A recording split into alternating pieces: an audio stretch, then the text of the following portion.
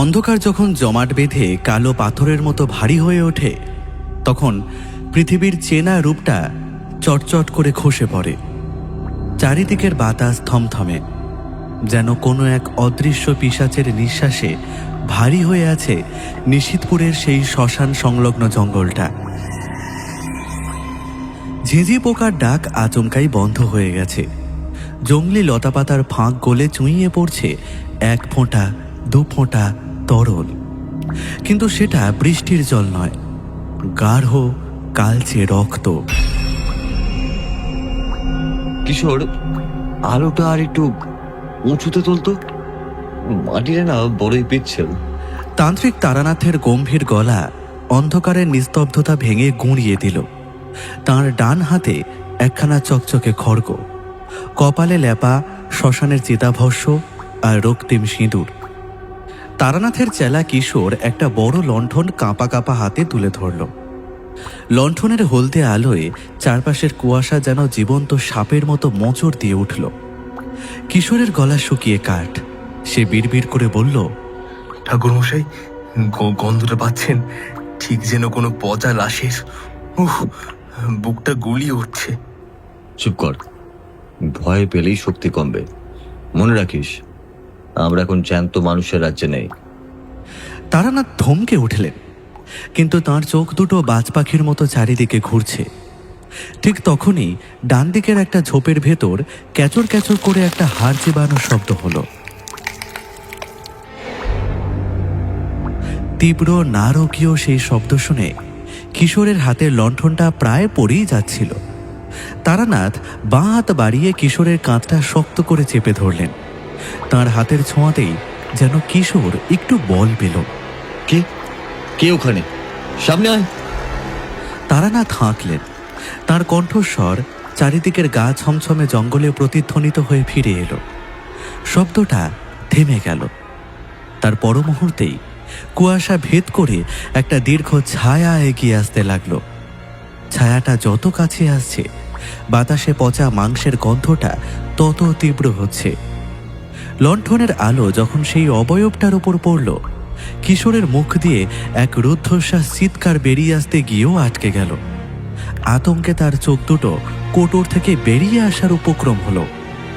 সামনে দাঁড়িয়ে আছে এক যুবতী নারী। না, তাকে সম্পূর্ণ নারী বলা ভুল হবে। তার পরনে একটা ছেঁড়া রক্তে ভেজা লাল বেনারসি শাড়ি, কিন্তু তার শরীরের চামড়া কুঁচকে হাড়ের সাথে লেগে গেছে, ঠিক যেমনটা 100 বছরের পুরনো মরার ক্ষেত্রে হয়। তার চোখ দুটো সম্পূর্ণ কালো, কোনো মণি নেই, সাদা অংশ নেই, কেবল দুটো কোটর থেকে টপ টপ করে গলিত পুঁজ আর রক্ত ঝরে পড়ছে। সবচেয়ে ভয়ঙ্কর তার মুখটা। সে যখন তারানাথের দিকে তাকিয়ে হাসল, তার মুখগহ্বরটা কানের লতি পর্যন্ত চিরে গেল। সারিবদ্ধ ধারালো কুঁচকুচে কালো দাঁতগুলো থেকে লালা ঝরছে। তারানাথ, এলি তাহলে? আমার আড়তে চলে এলি? পিশাচিনীর গলাটা যেন কোনো ভাঙা কাঁসরের খসখসে আওয়াজের মতো শোনালো, যা সরাসরি কানের পর্দা ভেদ করে মগজে গিয়ে ধাক্কা মারে। ওরে পিশাচের অনুচরী, তোর পাপের খরা পূর্ণ হয়েছে। নিশীথপুরের নিরীহ প্রাণ নিয়ে তুই যে নরক গোলজার করেছিস, আজ তার শেষ দেখে ছাড়ব। তারানাথ গর্জে উঠলেন। পিশাচিনী এক বিকট অট্টহাসি হেসে উঠল।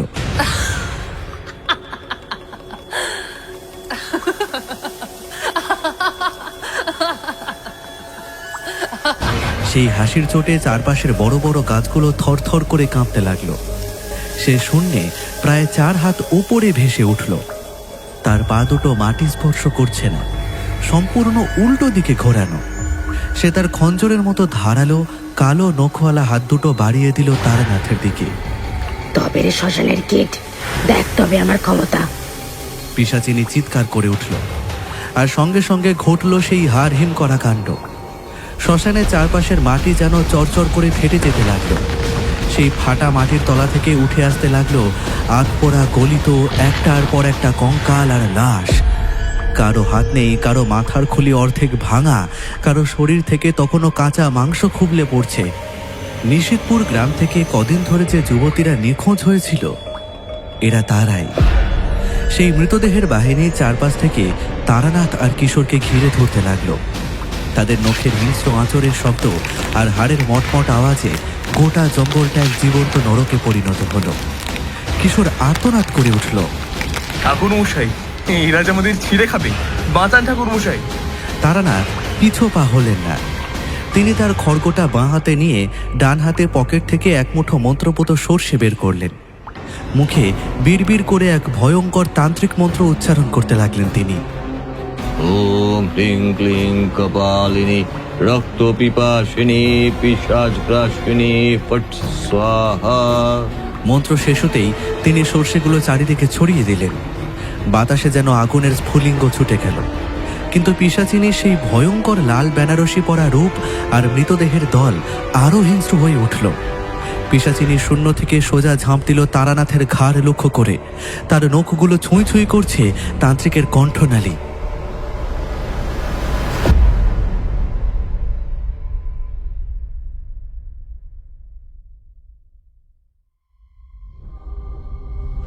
আজকের গল্প শুরু করার আগে আপনাদের একটা প্রশ্ন করি। যদি কোনো রাতে ঘুম ভেঙে দেখেন আপনার গ্রামের মানুষ একে একে অদৃশ্য হয়ে যাচ্ছে, আর পরদিন তাদের পাওয়া যাচ্ছে রক্তশূন্য বিকৃত মৃতদেহ হিসেবে, তাহলে কি আপনি সেই গ্রামে এক রাতও থাকতে পারবেন?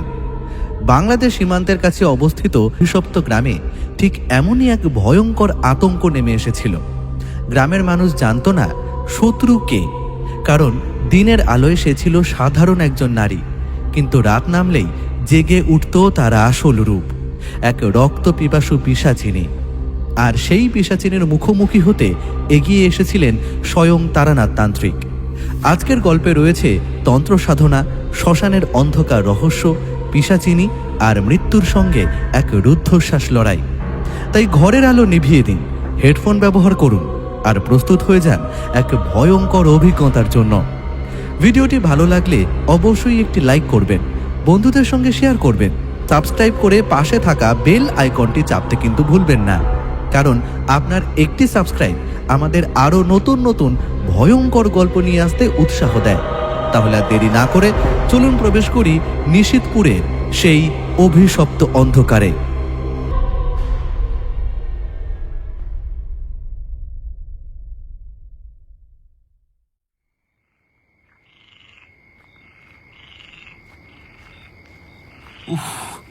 কি ভয়ানক! তারপর কি হলো গো বিভূতি? কিশোরী একটা বড় সড়ো দীর্ঘশ্বাস ফেলে জামার হাত দিয়ে কপালের ঘাম মুছল। আমি অর্থাৎ বিভূতি একটু হেসে কিশোরীর দিকে তাকালাম। আমরা দুজনে তখন হেলে দুলে কলকাতার ডিকেনসন লেনের মোড়টা পেরিয়ে মঠ লেনের দিকে এগোচ্ছি।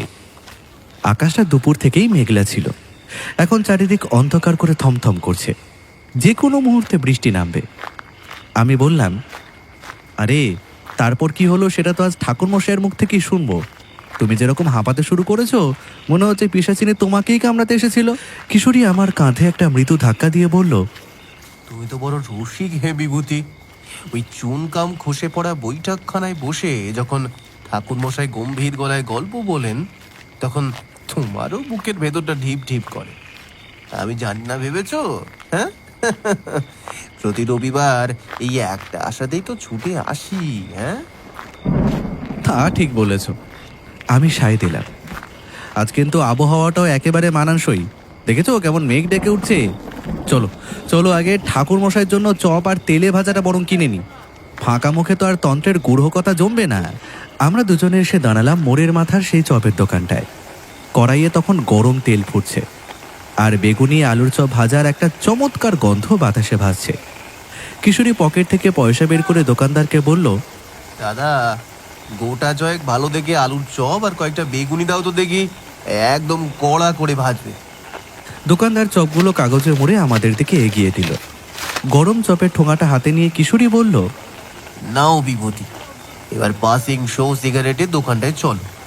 ঠাকুর মশাইয়ের ওই এক নেশা, পাসিং শো না হলে ওনার ঠিক গল্প জমে না। হ্যাঁ,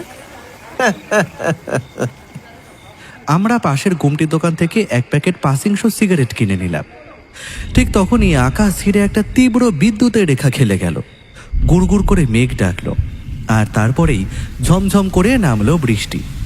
কলকাতার রাস্তা মুহূর্তের মধ্যে জলে ভেসে যাওয়ার জোগাড়। জলদি চলো বিভূতি, বৃষ্টিতে চপগুলো ভিজে গেলে ঠাকুর মশাই রেগে আগুন হবে। কিশোরী মাথার ওপর চাদরটা টেনে নিয়ে হন হন করে হাঁটতে লাগলো। আমিও ওর পিছু পিছু ছুটলাম। মটলেনের পুরনো জরাজীর্ণ গলিটা তখন বৃষ্টির জলে থই থই করছে। দুপাশে পুরনো দিনের সব খসে পড়া আস্তরের বাড়ি, যার জানলাগুলো যেন অন্ধ চোখের মতো আমাদের দিকে তাকিয়ে আছে। হাঁটতে হাঁটতে আমরা এসে দাঁড়ালাম একটা চুনকাম খসে পড়া শতাব্দী প্রাচীন একতলা বাড়ির সামনে। এটাই আমাদের তারানাথ তান্ত্রিকের ভিটে। বাড়ির সামনের উঠোনে জলকাদা ঠিক ঠিক করছে। আমি আর কিশোরী সাবধানে সেই জলকাদা পেরিয়ে বারান্দায় উঠলাম। কাঠের পুরনো দরজাটা খোলাই ছিল, শুধু আলতো করে ভেজানো। কিশোরী দরজাটা একটু ঠেলতেই সেটা চেঁচা চেঁচা শব্দ করে খুলে গেল। ভিতরে ঘুটঘুটে অন্ধকার, কেবল ঘরের এক কোণে একটা প্রদীপ মিটমিট করে জ্বলছে। আমরা পা টিপে টিপে ভেতরে ঢুকলাম। ঘরের বাতাসটা কেমন যেন ভারী, ধূপধুনোর গন্ধ আর তার সাথে মিশে আছে এক অদ্ভুত বুনো লতাপাতার গন্ধ। ঘরের এক প্রান্তে মা কালীর একটা পট রাখা, তার সামনে জবা ফুলের মালা, আর ধুনুচির সামনে চোখ বন্ধ করে পদ্মাসনে বসে আছেন স্বয়ং তারানাথ তান্ত্রিক। তাঁর জট পাকানো চুল, চওড়া কপাল জুড়ে লাল সিঁদুরের তিলক, আর গলায় রুদ্রাক্ষের মালা। আমরা কোনো শব্দ করিনি, কিন্তু আমাদের উপস্থিতি তিনি ঠিক টের পেলেন।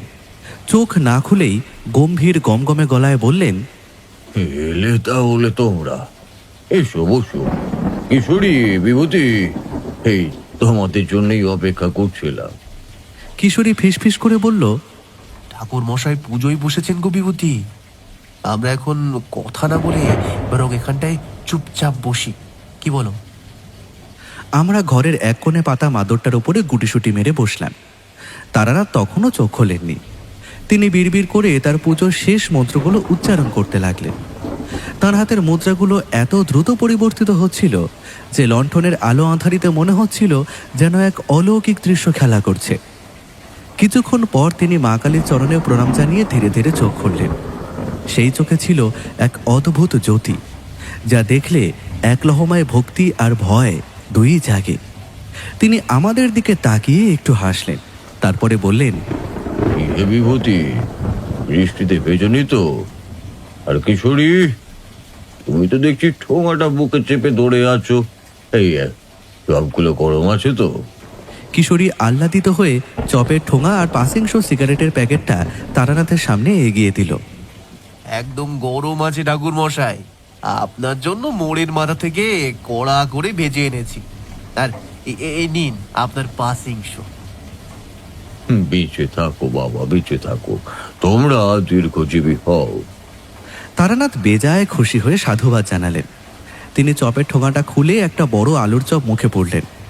মুচমুচে চপ চিবানোর আওয়াজ হলো ঘরে। তারপর একটা সিগারেট বের করে দেশলাই কাঠি জ্বালিয়ে ধরিয়ে নিলেন।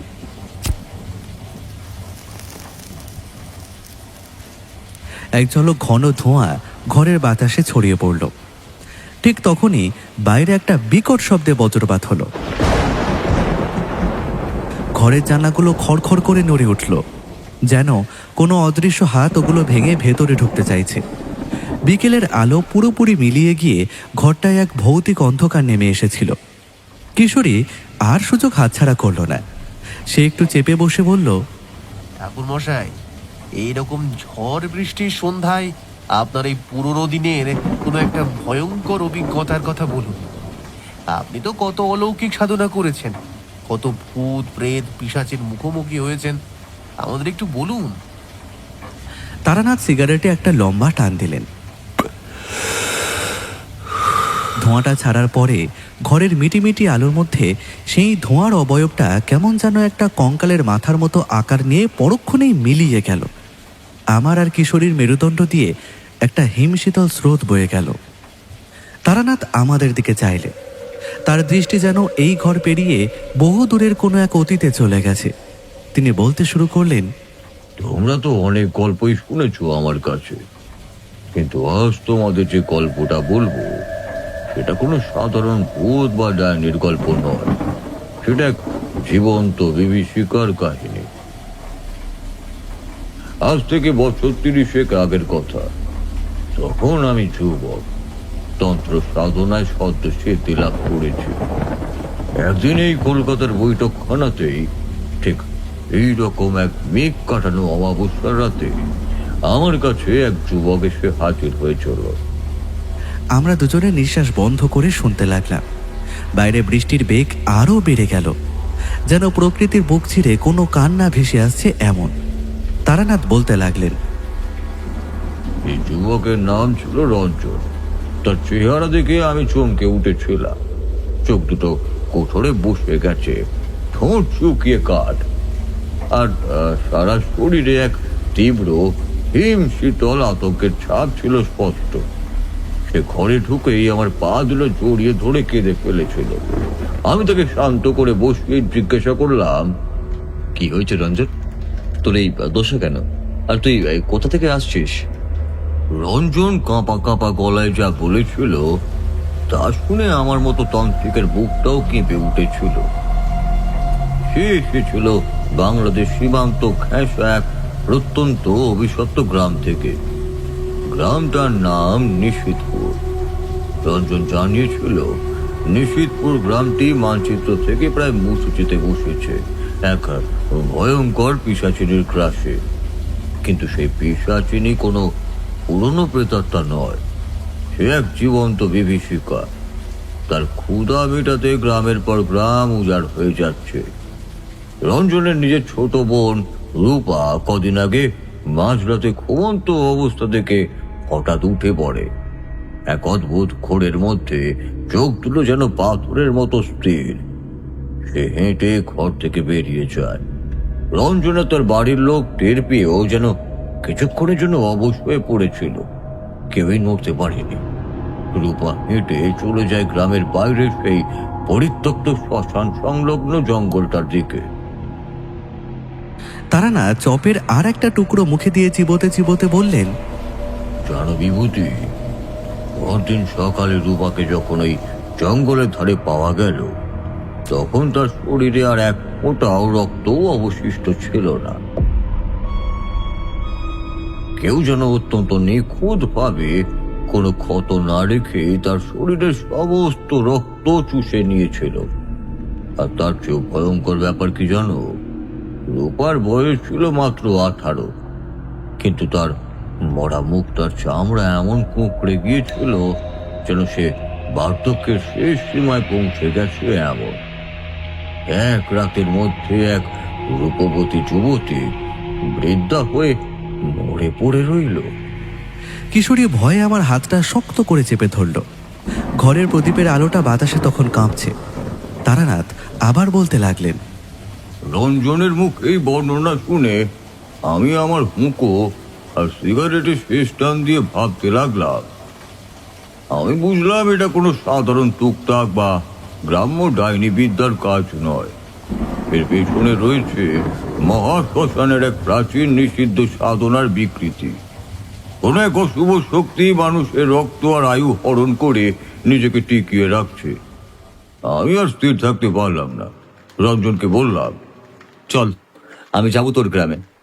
নিজের ঝুলিকে গুছিয়ে নিলাম, কপালে নতুন করে সিঁদুরের তিলক আঁকলাম, আর আমার তখনকার চেলা কিশোরকে সঙ্গে নিয়ে রওনা হলাম নিশিতপুরের উদ্দেশ্যে। তারানাথ একটু থামলেন। বাইরে আবার বিদ্যুতের তীব্র আলো চমকে উঠল। চুনকাম খসে পড়া দেওয়ালে তান্ত্রিকের মস্ত বড় ছায়াটা যেন কোনো এক প্রাচীন দেবতার মতো দেখালো। তিনি ফিসফিস করে বললেন, কিন্তু আমি তখন জানতাম না নিশিতপুরে আমাদের জন্য কি ভয়ঙ্কর নরক অপেক্ষা করে আছে। বাইরে তখন মুষলধারে বৃষ্টি নেমেছে।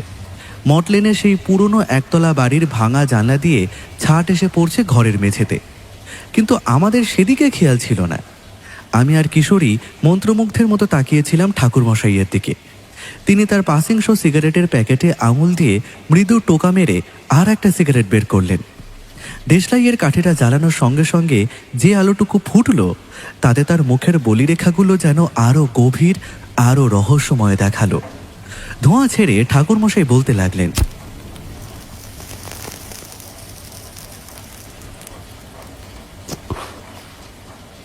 তাহলে শোনো বিভূতি, শোনো হে কিশোরী, শিয়ালদা থেকে ট্রেনে চেপে তারপর একটা গরুর গাড়ি, আর শেষমেশ মাইলের পর মাইল পায়ে হেঁটে যখন আমরা নিশিতপুরের সীমানায় পৌঁছলাম তখন বেলা পড়ে এসেছে। কিন্তু আশ্চর্যের বিষয় কি জানো, এটা কিন্তু শীতকাল ছিল না, অথচ গোটা গ্রামটা এমন এক ঘন সাদা কুয়াশায় ঢাকা ছিল যে হাত বাড়ালেও নিজের আঙুল অব্দিও দেখা যায় না। আর সেই কুয়াশার সাথে বাতাসে ভাসছিল এক তীব্র আশঙ্কাজনক গন্ধ। কিশোরী কৌতূহলী হয়ে জিজ্ঞেস করলো, কিসের গন্ধ ঠাকুর মশাই? কোনো পচা জিনিসের? শুধু পচা নয় গো কিশোরী, তারানাথ গম্ভীর গলায় বললেন, এটা ছিল মানুষের পচা মাংসের গন্ধ। বাতাসে সেই গন্ধ এত চড়া ছিল যে বুকটা গুলিয়ে ওঠে, নিঃশ্বাস নেওয়া দায় হয়ে পড়েছিল। আমার চেলা কিশোর তো কাপড়ের ফুঁট নাকে চেপে বমি করতে বসল। রঞ্জন শুধু মরা চোখে আমাদের দিকে তাকিয়েই বলল, ঠাকুর মশাই, এই গন্ধটাই নিশিতপুরের নিয়তি। রোজ রাতে এই গন্ধ আরো বাড়ে। আমি চারিদিকে তাকালাম, একটা অদ্ভুত জিনিস নজরে এলো। গ্রামের প্রতিটা মাটির আর ইটের বাড়ির দরজায় আলকাতরা দিয়ে বড় বড় করে কিছু তান্ত্রিক চিহ্ন আঁকা রয়েছে। কোনোটা উল্টো স্বস্তিক, কোনোটা ত্রিকোণ মণ্ডল। সাধারণ মানুষ যখন কোনো মহাশক্তিকে ঠেকানোর জন্য মরিয়া হয়ে ওঠে তখন এইরকম আজে বাজে টুকটাকের আশ্রয় নেয়। কিন্তু তারা বোঝে না, যার ক্ষুধা আদিম তাকে আলকাতরার দাগ দিয়ে আটকে রাখা যায় না। তারপর আপনারা রঞ্জনের বাড়িতে গেলেন ঠাকুরমশাই? না বিভূতি, আমরা গ্রামে ঢুকতেই খবর পেয়ে ছুটে এলেন গ্রামের মোড়ল মহাশয়। তার বয়স হয়েছে, মাথা চুল সব পাকা। আমাকে দেখে তিনি হাউ হাউ করে কেঁদে ফেললেন। ধুলো মাখা মাটিতে বসে আমার পা দুটো জড়িয়ে ধরেই বললেন,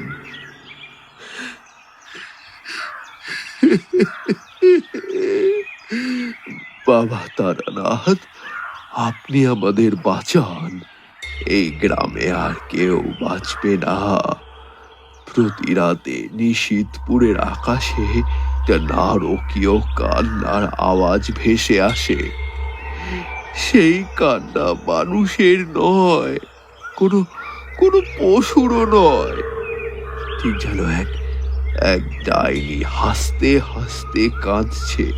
আর আর সেই আওয়াজ যার কানে একবার ঢোকে সে আর নিজের বশে থাকে না।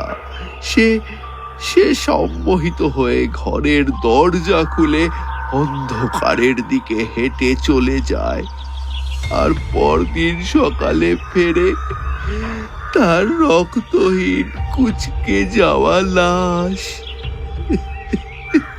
মোড়ল মশাইয়ের কথা শুনে আমার চেলা কিশোরের হাত পা তখন কাঁপতে শুরু করেছে। কিন্তু আসল ভয়ঙ্কর তথ্যটা মোড়ল মশাইয়ের পরে দিলেন। তিনি ফিসফিস করে চারিদিকে চেয়েই বললেন, সবচেয়ে ভয়ানক ব্যাপার হলো ঠাকুর মশাই, সেই পিশাচিনী বাইরে থেকে আসেনি।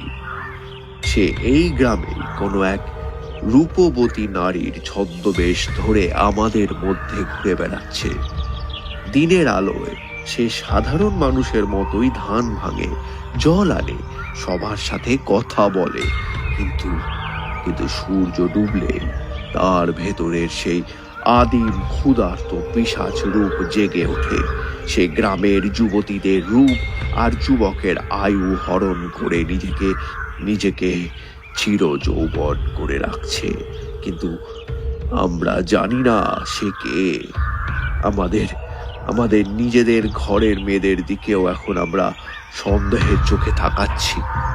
তারানাথ সিগারেটের ছাইটা মেঝেতে ঝেড়ে ফেলে বললেন, পরিস্থিতি কতটা জটিল তা আমি এক মুহূর্তেই বুঝে গেলাম। শত্রু যদি আড়ালে থাকে তবে তাকে মারা সহজ, কিন্তু শত্রু যদি নিজের মানুষের ভিড়েই লুকিয়ে থাকে তবে তাকে চেনা বড় কঠিন। আমি মোড়ল মশাইকে আশ্বস্ত করেই বললাম, আপনি শান্ত হন মোড়ল মশাই, আজ রাতটা আমি দেখব। আজ তো অমাবস্যা, আজই তার শক্তির চরম প্রকাশ ঘটবে। আপনি আজ রাতেই গ্রামের চণ্ডী মণ্ডপে আমার আসনের ব্যবস্থা করুন।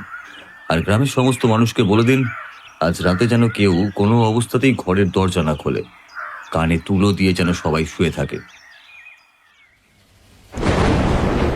বাইরে বজ্রপাতের আলোয় ঘরের দেওয়ালটা আর একবার কেঁপে উঠল। কিশোরী ভয়ে আরো একটু আমার গা ঘেঁষে বসল। ঠাকুরমশাই বলতে লাগলেন, সন্ধ্যা নামার সাথে সাথেই নিশিতপুর যেন এক মহাশ্মশানের স্তব্ধতায় ডুবে গেল। কোনো বাড়ির জানালা দিয়ে আলোর রেখাও দেখা যাচ্ছে না। ঝিঁঝি পোকা বা কুকুরের ডাক পর্যন্তও নেই। চারিদিক নিঝু। আমি, কিশোর আর রঞ্জন, আমরা তিনজন গিয়ে বসলাম গ্রামের সেই পুরনো চণ্ডী মণ্ডপে।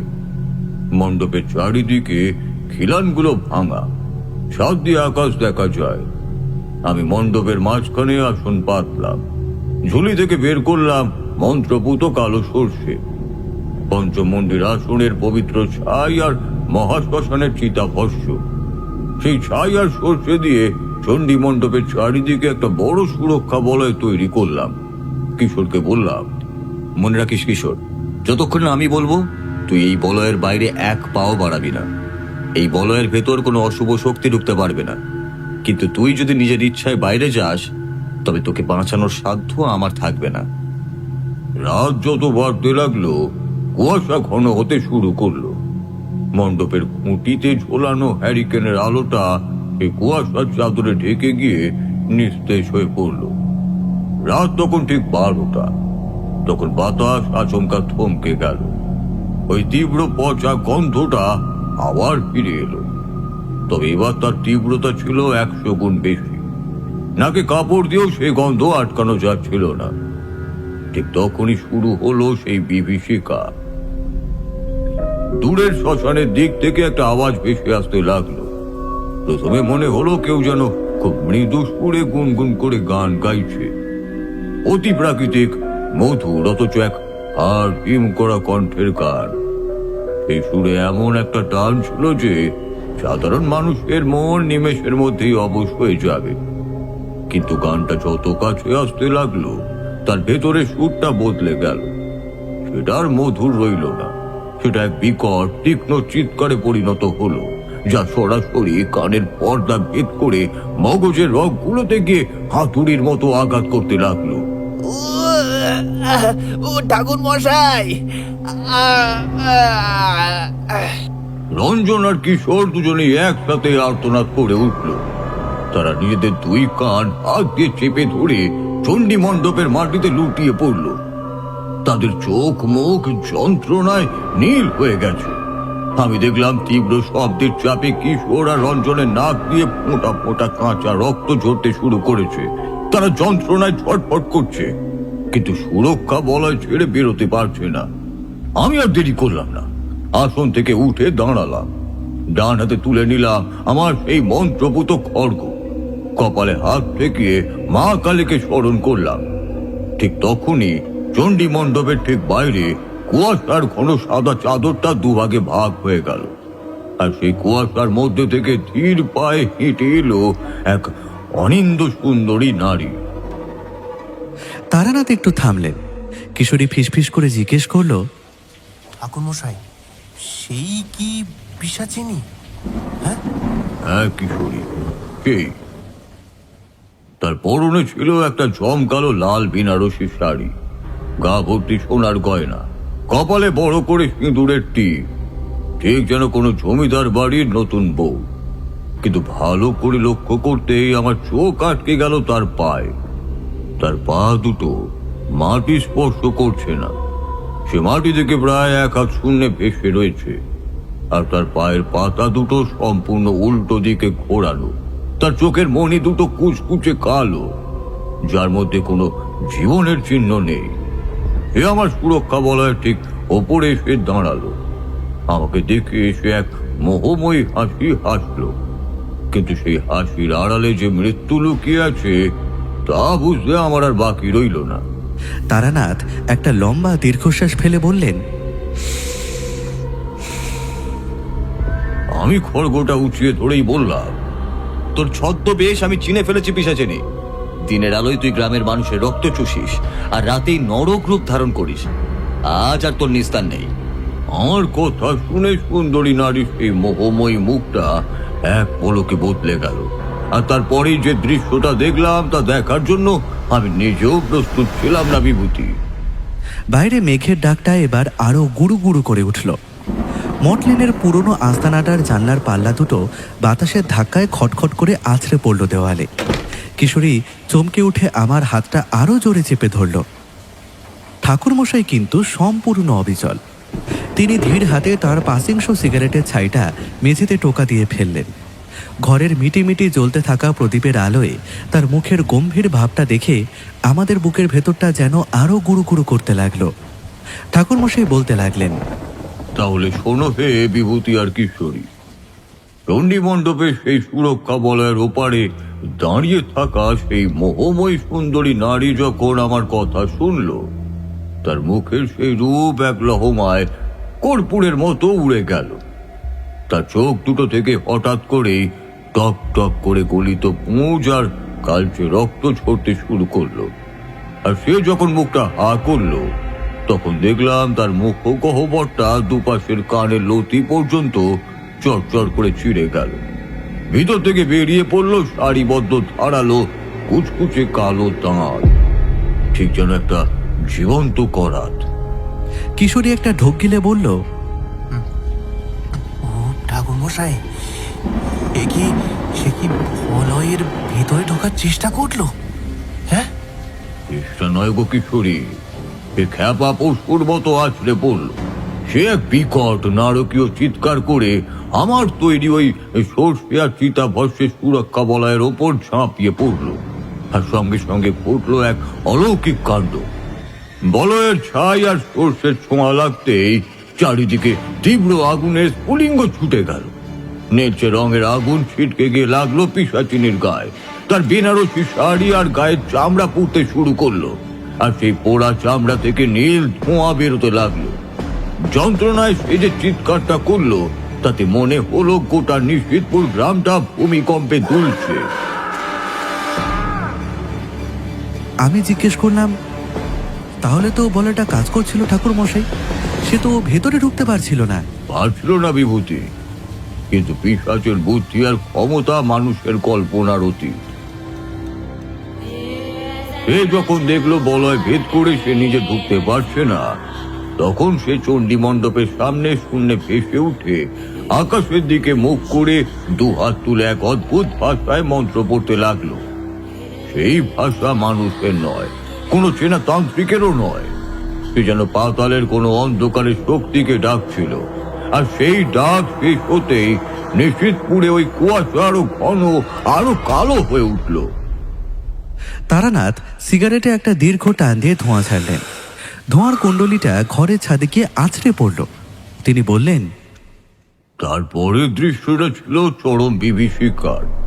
চণ্ডী মণ্ডপের চারপাশের মাটির তলা থেকে হঠাৎ করে মটমট করে হাড়গোড় ভাঙার শব্দ হতে লাগলো। আমি লণ্ঠনটা উঁচিয়ে ধরে দেখলাম মণ্ডপের ঠিক সামনের রাস্তাটা, পাশের ডোবার দূরে শ্মশানের দিক থেকে মাটি পুড়ে উঠে আসছে একটার পর একটা মৃতদেহ। কদিন ধরে নিশিতপুর আর তার আশেপাশের গ্রাম থেকে যে যুবতী আর যুবকেরা নিখোঁজ হয়েছিল, তাদের লাশও পাওয়া যায়নি।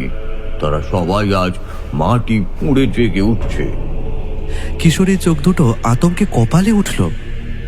জ্যান্ত মরা ঠাকুর মশাই? হ্যাঁ কিশোরী, জীবন্ত লাশের এক বিশাল পিশাচ বাহিনী। কারো শরীর অর্ধেক গলে গেছে, কারো চোখ খুবলে নিয়েছে শিয়াল শকুনে, কারোর আবার মাথার খুলিটা হাত পড়া অবস্থায় চিতা থেকে উঠে এসেছে। তারা পিশাচিনীর মন্ত্রের ইশারায় সম্মোহিত হয়ে চণ্ডী মণ্ডপ লক্ষ্য করে এগোতে লাগলো।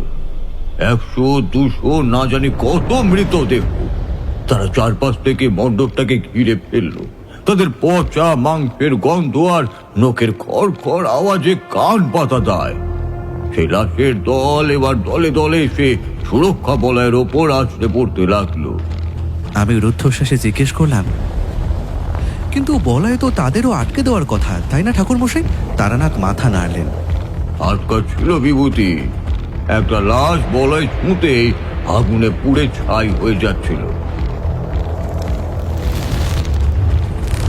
কিন্তু একটার পর একটা লাশ যখন পঙ্গপালের মতো এসে নিজেদের বলয়ের ওপর উৎসর্গ করতে লাগলো, তখন বলয়ের শক্তি ধীরে ধীরে কমতে শুরু করলো। মন্ত্রপুত সর্ষের দানাগুলো এক এক করে ফাটতে লাগলো। কিশোর আর রঞ্জন তখন মাটিতে পড়ে যন্ত্রণায় ছটফট করছে। কিশোর কাঁপা কাঁপা গলায় বলল, ঠাকুরমশাই, বলয় তো ভেঙে যাচ্ছে। এরা এরা ভেতরে ঢুকলে আমাদের কাঁচা চিবিয়ে খাবে। কিছু একটা করুন ঠাকুরমশাই। আমি বুঝতে পারলাম শুধু এই সুরক্ষা বলয়ের ভেতর বসে মন্ত্র জপ করে এই মহাশক্তিকে হারানো অসম্ভব। কারণ এই পিশাচিনী কোনো সাধারণ প্রেত নয়, এর প্রাণ তোমরা লুকিয়ে আছে অন্য কোথাও। আমি আমার তান্ত্রিক গণনার অন্তর্দৃষ্টি দিয়ে এক মুহূর্তেই বুঝে নিলাম এই গ্রামেরই এক প্রান্তে একটা প্রাচীন অভিশপ্ত বটগাছ আছে। সেই বটগাছের শিকড়ের নিচে গভীর মাটিতে পুঁতে রাখা আছে এক নরকঙ্কালের খুলি, যা শত বছর ধরে মানুষের রক্তে স্নান করে জাগ্রত হয়েছে। ওই খুলিটাই হলো পিশাচিনীর শক্তির উৎস। ওটাকে ধ্বংস না করলে এই মৃত বাহিনীর আক্রমণ থামবে না, আর আমাদেরও আজ রাতেই শ্মশানের মাটি হতে হবে। তারপর আপনি কি করলেন ঠাকুরমশাই? আপনি কি বলয় ছেড়ে বাইরে বেরোলেন? তারানাথ একটু হাসলেন। সেই হাসিতে এক অদ্ভুত তান্ত্রিকের দর্প ফুটে উঠল। উপায় ছিল না গো কিশোরী। আমি কিশোরের দিকে তাকিয়ে ইশারায় বললাম, কিশোর, তুই আর রঞ্জন বলয়ের ঠিক মাঝখানে বসে থাকবি। আমি যতক্ষণ না ফিরছি মনে মনে মহাকালের জপ করবি। সুরক্ষা বলয় দুর্বল হলেও তোদের আরো কিছুক্ষণ বাঁচিয়ে রাখবে। আমি যাচ্ছি মূল উৎসের খোঁজে। এই বলে আমি বাঁ হাতে মণ্ডপের একটা জ্বলন্ত মশাল তুলে নিলাম, আর ডান হাতে আমার সেই চণ্ডী সিদ্ধ খড়গ নিয়ে এক লাফে সুরক্ষা বলয়ের বাইরে চলে এলাম। বাইরে আসতে কি ওরা আপনাকে আক্রমণ করলো না? করলো বিভূতি, ঝাঁকে ঝাঁকে এলো। আমি বাইরে পা রাখতেই পিশাচিনী এক বিকট অট্ট হাসি দিয়ে আমার দিকে ধেয়ে এলো। তার ওই ধারালো কালো নখগুলো আমার চোখ লক্ষ্য করে বাড়িয়ে দিল। চারপাশ থেকে লাশের দল থাবা বাড়ালো, কিন্তু আমি তখন মহামায়ার নামে উন্মত্ত। মুখে দুর্গার নাম স্মরণ করে খড়গ ঘোরাতে লাগলাম। এক কোপে একটা লাশের মাথা ধর থেকে আলাদা করে দিলাম। মশাল দিয়ে পিশাচিনীর মুখে আগুনের ছ্যাঁকা দিলাম। পিশাচিনী কিছুটা পিছিয়ে গেল, কিন্তু তার চোখ দিয়ে তখন রাগে আরো বেশি পুঁজ করতে শুরু করেছে। আমি আর এক মুহূর্ত সময় নষ্ট না করে অন্ধকারের বুক চিরে সোজা ছুটলাম সেই শ্মশান সংলগ্ন জঙ্গলটার দিকে, যেখানে ওই অভিশপ্ত বটগাছটা দাঁড়িয়ে আছে। আর আমার পেছন পেছন ধেয়ে এলো স্বয়ং পিশাচিনী আর তার সেই রক্ত পিপাসু মৃত্যু বাহিনী। জঙ্গল জুড়ে তখন শুরু হলো এক রুদ্ধশ্বাসতারা।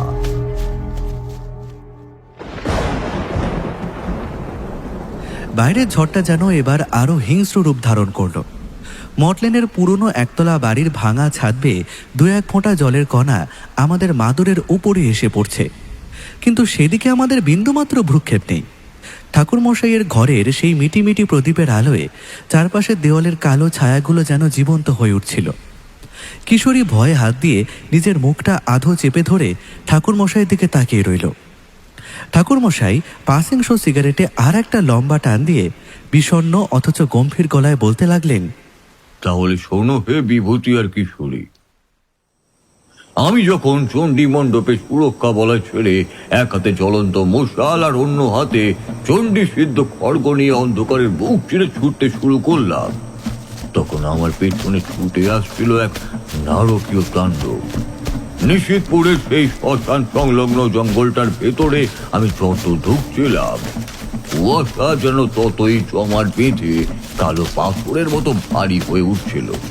চারিদিকের গাছপালাগুলো বাতাসের চোটে এমন ভাবে দুলছিল যেন মনে হচ্ছিল কোটি কোটি অশুভ হাত ওপর থেকে নেমে এসে আমাকে মাটির নিচে টেনে নিয়ে যেতে চাইছে।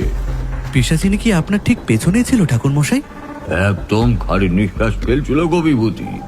তার সেই ছেঁড়া লাল বেনারসের খসখস আওয়াজ আর বাতাসে ওই তীব্র পচা মাংসের গন্ধটাই আমাকে বলে দিচ্ছিল যে সে আমার কত কাছে রয়েছে। জঙ্গলটার গভীরতায় পৌঁছতেই চারপাশের গাছপালা থেকে চাবুকের মতো কালো লতা নেমে এসে আমার পা দুটো পেঁচিয়ে ধরতে চাইলো। আমি এক এক করে সেই লতাগুলো খড়গ দিয়ে কাটছি আর সামনে এগোচ্ছি। ঠিক তখনই পিশাচিনী তার মায়াজাল ছড়াতে শুরু করলো। কিশোরী চোখ বড় বড় করে বলল, মায়াজাল? হ্যাঁ, সেটা আবার কিরকম ঠাকুর মশাই?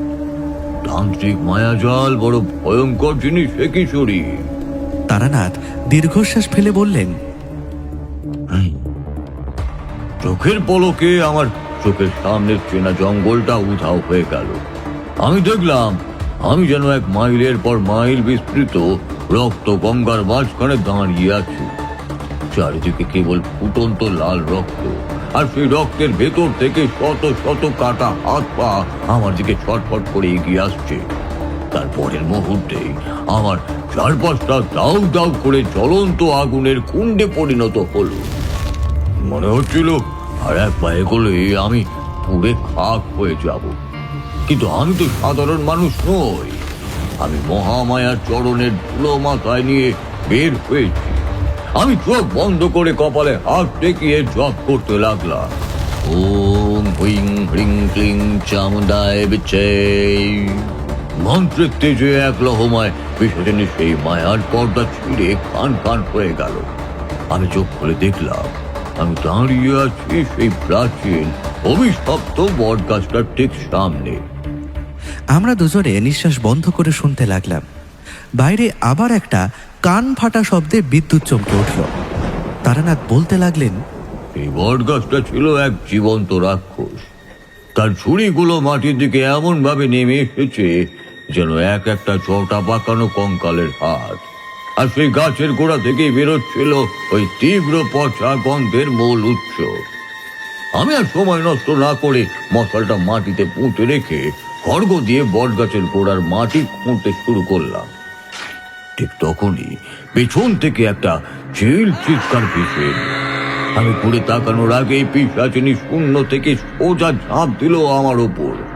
তার সেই খঞ্জরের মতো ধারালো কালো নখগুলো আমার কণ্ঠনালী লক্ষ্য করে নেমে আসছিল।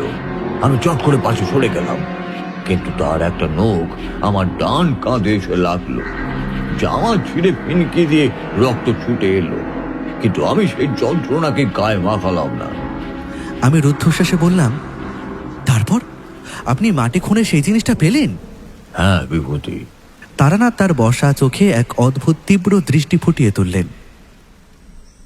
মাটি মাত্র এক হাত খুঁড়তেই খড়গের ডগাটা শক্ত কোনো জিনিসে গিয়ে ঠেকলো। আমি হাত দিয়ে মাটি সরাতেই বের হয়ে এলো সেই প্রাচীন কালো হয়ে যাওয়া নরকঙ্কাল, একটা মানুষের মাথার খুলি। সেই খুলিটার কোঠর দুটো দিয়ে তখনও যেন এক ফোঁটা তরল রক্ত চুয়ে পড়ছিল। শত বছর ধরে মানুষের রক্তে স্নান করে এই খুলিটাই হয়ে উঠেছিল নিশিতপুরের সমস্ত অশুভ শক্তির মূল উৎস। ওই পিশাচিনীর প্রাণ ভোমরা। খুলিটা পেতেই পিশাচিনী কি করলো ঠাকুর মশাই? সে তখন উন্মাদ হয়ে গেছে। তার আসল শক্তি যে আমি ধরে ফেলেছি তা সে বুঝে গিয়েছিল। সে তার সমস্ত মৃত্যু বাহিনীকে ইশারা করল। জঙ্গলের চারপাশ থেকে সেই আধপোড়া গলিত লাশের দল তখন আমার দিকে থাবা বাড়িয়ে এগিয়ে আসছে।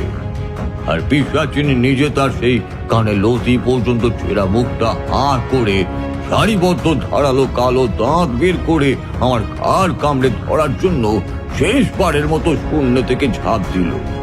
তার নখগুলো তখন আমার গলার চামড়া ছুঁই ছুঁই করছে।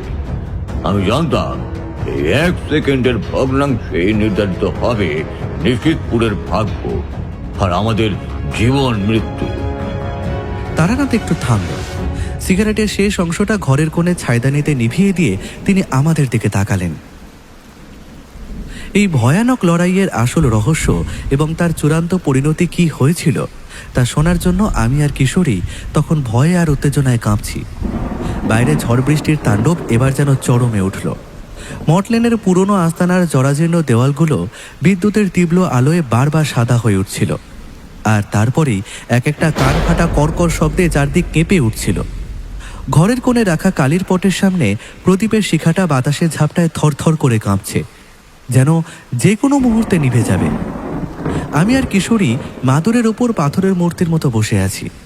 আমাদের সমস্ত চেতনা তখন ঠাকুরমশাইয়ের সেই গম্ভীর সম্মোহনী কণ্ঠস্বরের মধ্যে বন্দী। ঠাকুরমশাই দীর হাতে জটার ভেতর থেকে একটা ছোট তামাকের কৌটো বের করলেন, কিন্তু সেটা থেকে তামাক না নিয়ে তিনি এক ফোঁটা গাঢ় চকচকে তরল ধাতু বের করলেন। লণ্ঠনের আলোয় সেটা রূপোর মতো জলজল করে উঠল। তিনি সেই তরলটুকুর দিকে তাকিয়ে বললেন, জানো কি বিভূতি, জানো কি তুমি কিশোরী, পিশাচিনী নখ যখন আমার কণ্ঠনালী ছুঁই ছুঁই করছে তখন আমার মাথায় খেলছিল এক চরম সত্য। তন্ত্রের গুহ্য রহস্যের আসল পরীক্ষা কিন্তু ওই এক পলকের সিদ্ধান্তেই হয়। আমি বুঝতে পেরেছিলাম এই পিশাচিনী কোনো সাধারণ প্রেতাত্মা নয়, আর এই নরকঙ্কালটি যা আমি মাটি খুঁড়ে বের করেছি তাও কোনো সাধারণ মানুষের খুলি নয়। কিশোরী থাকতে না পেরে জিজ্ঞেস করলো, তবে ওটা কার খুলি ছিল ঠাকুরমশাই? কি তার রহস্য? তারানাথ একটা দীর্ঘশ্বাস ফেলে বলতে লাগলেন, রঞ্জন যখন কলকাতায় আমার কাছে এসেছিল সে বলেছিল নিশিতপুর গ্রামটি এক পিশাচিনীর গ্রাসে শেষ হয়ে যাচ্ছে, কিন্তু সে একটা কথা জানতো না, যা আমি অভিশপ্ত বটগাছের তলায় দাঁড়িয়ে এক মুহূর্তে বুঝতে পেরেছিলাম। 100 বছর আগে ওই নিশিতপুরে এক মহাসাধক বাস করতেন। তিনি তন্ত্রের চরম শিখরে পৌঁছানোর জন্য এক নিষিদ্ধ পথ বেছে নিয়েছিলেন। তিনি নিজের রূপবতী অল্প বয়সী যুবতী স্ত্রীকে জীবন্ত অবস্থায় ওই বটগাছের নিচে বলি দিয়েছিলেন, যাতে তার রক্তের শক্তিতে নিজেও অমর হতে পারে। কিন্তু প্রকৃতির নিয়মকে তো ফাঁকি দেওয়া যায় না হে। সাধনার মাঝ পথে সেই সাধক মারা যান, কিন্তু তার সেই বলি দেওয়া স্ত্রীর অতৃপ্ত আত্মা তীব্র ক্ষোভ আর প্রতিহিংসার আগুনে জ্বলে উঠে ওই নরকঙ্কালের ভেতর বন্দী হয়ে যায়। 100 বছর ধরে মাটির নিচে মানুষের রক্ত শুষে শুষে সে এক মহাশক্তিতে পরিণত হয়েছিল। অর্থাৎ যে পিশাচিনীকে গ্রামবাসী দেখছিল সে আসলে সেই 100 বর্ষ প্রাচীন বলির শিকার হওয়া অভিশপ্ত নারী। আমি রুদ্ধশ্বাসে বললাম, আর গ্রামের মোড়ল যে বলেছিলেন পিশাচিনী দিনের আলোয় গ্রামেরই কোনো এক রূপবতী নারীর ছদ্মবেশে ঘুরে বেড়ায়, সেটা কি সত্যি? হ্যাঁ বিভূতি, সেটাই ছিল এই রহস্যের সবচেয়ে বড় অন্ধকার দিক। তার চোখ দুটো যেন অতীতের সেই দৃশ্যটা আবার দেখতে পাচ্ছিল। পিশাচিনী নিজে কোনো শরীর ধারণ করতে পারত না। সে প্রতি রাতে গ্রামেরই কোনো এক মেয়ের শরীরকে সম্পূর্ণ নিজের বশে নিয়ে নিত। যেদিন রঞ্জন আমার কাছে আসে তার আগে রাতে সে রূপার শরীরটা ধারণ করেছিল। রূপার শরীর দিয়ে সে নিজের রূপের ক্ষুধা মিটিয়েছিল, আর কাজ শেষ হতেই রূপাকে বৃদ্ধা বানিয়ে মেরে ফেলেছিল। আর যেদিন রাতে আমরা চণ্ডী মণ্ডপে বসলাম সেদিন সে গ্রামের অন্য এক সদ্য বিবাহিত যুবতীর শরীরকে ভর করে তার বেনারসি শাড়ি পরে চণ্ডী মণ্ডপের দিকে হেঁটে এসেছিল। সে নিরীহ মেয়েটির আত্মা তখন শরীরের এক কোণে বন্দী হয়ে কাঁদছিল, আর তার শরীরটাকে ব্যবহার করছিল ওই পিশাচিনী। কিশোরী আতঙ্কে নিজের 2 গালে হাত দিয়ে বলল, মাগো, কি ভয়ঙ্কর! তার মানে আপনি যদি মণ্ডপের বাইরে খড়গ দিয়ে ওই বেনারসি পরা নারীকে আঘাত করতেন তবে পিশাচিনী মরতো না, মরতো গ্রামেরই এক নিরীহ মেয়ে। ঠিক ধরেছ কিশোরী, এটাই ছিল পিশাচিনীর আসল চাল। সে চেয়েছিল আমি যাতে ক্রোধের মাথায় ওই ছদ্মবেশী শরীরটাকে আঘাত করি, আর তা করলেই আমার ব্রহ্ম হত্যার পাপ হতো। আমার সমস্ত তান্ত্রিক শক্তি এক মুহূর্তে ধ্বংস হয়ে যেত। কিন্তু মহামায়ার কৃপায় আমি মূল রহস্যটা বুঝে গিয়েছিলাম। তাই আমি ওই শরীরটাকে আঘাত না করে সোজা ছুটে এসেছিলাম শক্তির মূল কেন্দ্রে, অর্থাৎ মাটির নিচের ওই কঙ্কালের দিকে। তারানাথ তার ডান হাতটা সামান্য তুললেন, যেন এখনো সেই খড়গটা তার হাতে ধরা আছে। পিশাচিনীর নখ যখন আমার গলার চামড়া ছুঁয়েছে আমি আমার জোটার ভেতর থেকে বের করলাম এক ফোঁটা মহাশ্মশানের চণ্ডী সিদ্ধ পারদ, যা তোমাদের এই মাত্র দেখালাম। এই পারদ সাধারণ ধাতু নয়, একে তান্ত্রিক প্রক্রিয়ায় জাগ্রত করতে বহু বছর সময় লাগে। আমি সেই পারদের ফোঁটা এক লহমায় আমার খড়গের ফলায় লেপন করে দিলাম। পারদের ছোঁয়া লাগতেই খড়গটা যেন নীল আগুনের মতো দাউ দাউ করে জ্বলে উঠল। আমরা দুজনে একদম সামনের দিকে ঝুঁকে এলাম। ঘরের বাতাস তখন সম্পূর্ণ স্তব্ধ। তারানাথ বললেন, পিশাচিনী তখন শূন্য থেকে আমার উপর ঝাঁপিয়ে পড়েছে। তার রক্ত ঝরা চোখ, কানে লতি পর্যন্ত ছেঁড়া সেই বিভৎস মুখ আমার একদম সামনে। তার নখের ছোঁয়া পেতেই আমার গলা দিয়ে রক্ত বেরোতে শুরু করেছে। ঠিক সেই চরম মুহূর্তে আমি আমার সমস্ত শক্তি এক করে চণ্ডী সিদ্ধ সেই জ্বলন্ত খড়গ দিয়ে এক কোপ বসালাম মাটির ওপর রাখা সেই প্রাচীন কালো নরকঙ্কালের ওপর। ওম ফট স্বাহা বলে চিৎকার করে উঠলাম। তারপর কি হলো ঠাকুর মশাই? আমি চিৎকার করে উঠলাম। খড়গের কোপটা লাগার সাথে সাথেই এক অলৌকিক কাণ্ড ঘটল হে বিভূতি। তারানাথ বললেন, তার গলার স্বর কাঁপছিল। এই শত বছরের পুরনো নরকঙ্কালটি এক কোপে একদম সমান দুটুকরো হয়ে মাঝখান থেকে ফেটে গেল। আর সঙ্গে সঙ্গে সেই খুলির ভেতর থেকে এক পিনকি দিয়ে কালো দুর্গন্ধযুক্ত রক্ত আর ধোঁয়া পিনকি দিয়ে আকাশের দিকে ছুটে গেল। আর সেই মুহূর্তেই জঙ্গল জুড়ে মণ্ডপের চারিদিকে এক কান ফাটা নারকীয় আর্তনাদ ধ্বনিত হয়ে উঠল।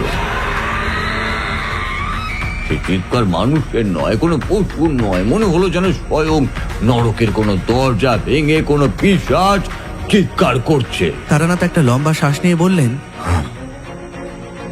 বলিটা দুটুকরো হতেই আমার সামনে শূন্য বেঁচে থাকা পিশাচিনীর শরীর থেকে হু করে কালো ধোঁয়া বেরোতে শুরু করলো। তার সেই মোহময়ী রূপের আবরণ, সোনার গহনা, লাল বেনারসি এক পলকে ছাই হয়ে খসে পড়ল। তার জায়গায় জেগে উঠল এক কুৎসিত গলিত চামড়ার কঙ্কালসার মূর্তি। সে যন্ত্রণায় ছটফট করতে করতে মাটিতে আঁচড়ে পড়ল। আর শুধু সে নয়, চণ্ডী মণ্ডপকে ঘিরে রাখা সেই 100 থেকে 200 লাশের পিশাচ বাহিনী ছিল। তারা সবাই এক মুহূর্তে যে যেখানে ছিল মট মট করে ভেঙে মাটিতে পড়ে গেল। পিশাচিনীর পুরো মৃত বাহিনী আর তার নিজের সেই কঙ্কাল মূর্তি চোখের পলকে এক তীব্র নীল আগুনে জ্বলতে শুরু করলো। সেই আগুন কোনো কাঠ বা তেলের আগুন নয়, তা ছিল পাপের অন্তিম আগুন।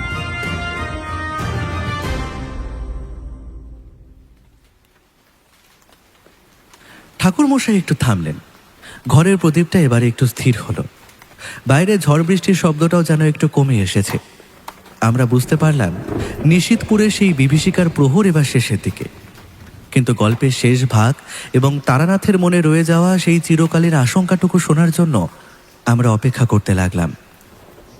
ঘরের ভেতরে থমথমে ভাবটা যেন ধীরে ধীরে কাটতে শুরু করেছে। বাইরে এতক্ষণ যে অসুরের মতো ঝড় বৃষ্টি চলছিল, তার বেগও এখন বেশ স্তিমিত। মটলেনের পুরনো একতলা বাড়িটার উঠোনে জমা জলে টুপটাপ করে বৃষ্টি পড়ার শব্দ আসছে। তারানাথ ঠাকুরমশাই তার শেষ হয়ে আসা পাসিংশো সিগারেটটা ধনুচির একপাশে আলতো করে গুঁজে রাখলেন। ঘরের এক কোণে জ্বলতে থাকা ঘৃত প্রদীপের আলোয় তাঁর রক্তাভ চোখ দুটো শান্ত দেখালো। তিনি একটা গভীর দীর্ঘশ্বাস ফেলে আমাদের দিকে তাকালেন। আমি আর কিশোরী তখনও আড়ষ্ট হয়ে বসে আছি। আমাদের মনের ভেতরে তখনও নিশীথপুরের সেই জ্বলন্ত মহাশ্মশান আর পিশাচিনীর আর্তনাদ দাউ দাউ করে চলছে। ঠাকুরমশাই বলতে লাগলেন, তাহলে শোনো বিভূতি আর কিশোরী, এই অভিশপ্ত বটগাছের গোড়ায় চণ্ডী সিদ্ধ খড়গের এক আঘাতে যখন ওই প্রাচীন নরকঙ্কালটি দুটুকরো হয়ে গেল, তখন নিশীথপুরের বাতাস এক অলৌকিক শান্তিতে ভরে উঠল। পিশাচিনী আর তার সেই বিভৎস মৃত্যু বাহিনী তীব্র নীল আগুনে পুড়ে চোখের পলকে কালো ছায়ের স্তূপে পরিণত হলো। যে কুৎসিত কঙ্কালসার মূর্তিটা আমার উপর ঝাঁপিয়ে পড়েছিল, তা বাতাসে দোলো হয়ে উড়ে গেল। বাতাসে মিশে থাকা সেই তীব্র পচা মাংসের গন্ধটা এক লহমায় উধাও হয়ে গেল। আর তার জায়গায় কেমন যেন এক বুনো তুলসী আর ভেজা মাটির গন্ধ চারিদিকে ছড়িয়ে পড়ল। ঠাকুর মশাই, এই চণ্ডী মণ্ডপে কিশোর আর রঞ্জনের কি হলো? ওরা কি বেঁচে ছিল তো নাকি? হ্যাঁ, বেঁচে ছিল হে কিশোরী, বেঁচে ছিল। আমি যখন জঙ্গল থেকে রক্তাক্ত শরীরে ক্লান্ত পায়ে চণ্ডী মণ্ডপের দিকে ফিরে এলাম, তখন ভোরের প্রথম আলো ফুটতে শুরু করেছে নিশীথপুরের আকাশে। ঘন কালো কুয়াশার চাদরটা সূর্যদেবের প্রথম আলোয় চটচট করে কেটে যাচ্ছিল। মণ্ডপে গিয়ে দেখলাম সুরক্ষা বলয়টা তখন পুরোপুরি মিলিয়ে গেছে, কিন্তু কিশোর আর রঞ্জন মাটিতে অচেতন হয়ে পড়ে রয়েছে। ওদের নাক দিয়ে রক্ত পড়াও বন্ধ হয়ে গেছে, তবে শরীর প্রচন্ড দুর্বল। আমি ওদের মুখে একটু মন্ত্রপুত জল ছিটিয়ে দিতেই ওরা চোখ মেলল। কিশোর আমাকে দেখেই জড়িয়ে ধরে কেঁদে ফেললো। ঠাকুর মশাই, আমরা বেঁচে আছি। রাতের ওই জ্যান্ত মরাগুলো সব কোথায় গেল? আমি ওর পিঠে হাত বুলিয়ে বললাম, আরে ভয় নেই রে কিশোর, নিশ্চিতপুরে পাপের অবসান হয়েছে। মহামায়া আমাদেরকে রক্ষা করেছেন রে। আমি জিজ্ঞেস করলাম, আচ্ছা গ্রামের মানুষজন যখন জানতে পারলো তখন কি হলো ঠাকুর মশাই? ভোরের আলো ফুটতেই গ্রামের মানুষ এক একে ঘরের দরজা খুলে বাইরে বেরিয়ে এলো। দীর্ঘ কয়েক মাস পর এই প্রথম তারা এক আতঙ্ক মুক্ত সকাল দেখলো। মোড়ল মশাই আর রঞ্জন যখন শুনলো যে পিশাচিনী সেই শক্তির উৎস ধ্বংস হয়ে গেছে, তখন গোটা গ্রাম ভেঙে পড়লো চণ্ডী মণ্ডপের সামনে। কেউ কাঁদছে, কেউ জয়ধ্বনি দিচ্ছে। তবে হ্যাঁ বিভূতি, যে মেয়েটির শরীরকে পিশাচিনী সেদিন রাতে নিজের মায়ায় ভর করেছিল, তাকে আমরা গ্রামের সীমানার একটা মাঠের ধারে অক্ষত অবস্থায় ঘুমিয়ে থাকতে দেখেছিলাম। পিশাচিনী ধ্বংস হতেই সেই মেয়েটি নিজের চেতনা ফিরে পায়। তার কোনো ক্ষতি হয়নি। নিশীথপুর গ্রামবাসী এক চিরকালীন বিভীষিকা থেকে মুক্তি পেল। রঞ্জন আর মোড়ল মশাই আমাদের অনেক কিছু দিতে চেয়েছিলেন, কিন্তু শ্মশানের সন্ন্যাসীর ওসব ধনে বানেরই বা কি প্রয়োজন, তাই নয় কি? আমি শুধু কপালে চিতার ভস্যের একটা তিলক কেটে ঝুলিটা কাঁধে তুলে নিলাম। তারানাথ একটু থামলেন। তার মুখমণ্ডল আবার গম্ভীর হয়ে উঠল, যেন একটা কালো মেঘ তার কপালে এসে জমা হলো। তিনি বললেন, কিন্তু গল্পের শেষটা এখানে নয় বিভূতি।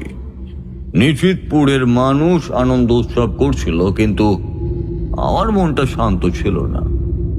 দুদিন পর ক্লান্ত শরীরে যখন আমি আর আমার চেলা কিশোর কলকাতাগামী ট্রেনে ওঠার জন্য লোকাল স্টেশন চত্বরে এসে দাঁড়ালাম, চারিদিকে চেনা মানুষের ভিড়, হকারদের চিৎকার, সবই ঠিকঠাক ছিল। কিন্তু ঠিক তখন এই ট্রেনটা যখন একটা ঝাঁকুনি দিয়ে চলতে শুরু করলো, আমার কানের ঠিক গভীরে, মগজের একদম ভেতরে একটা তীব্র, অতি প্রাকৃতিক ফিসফিসানি শুনতে পেলাম।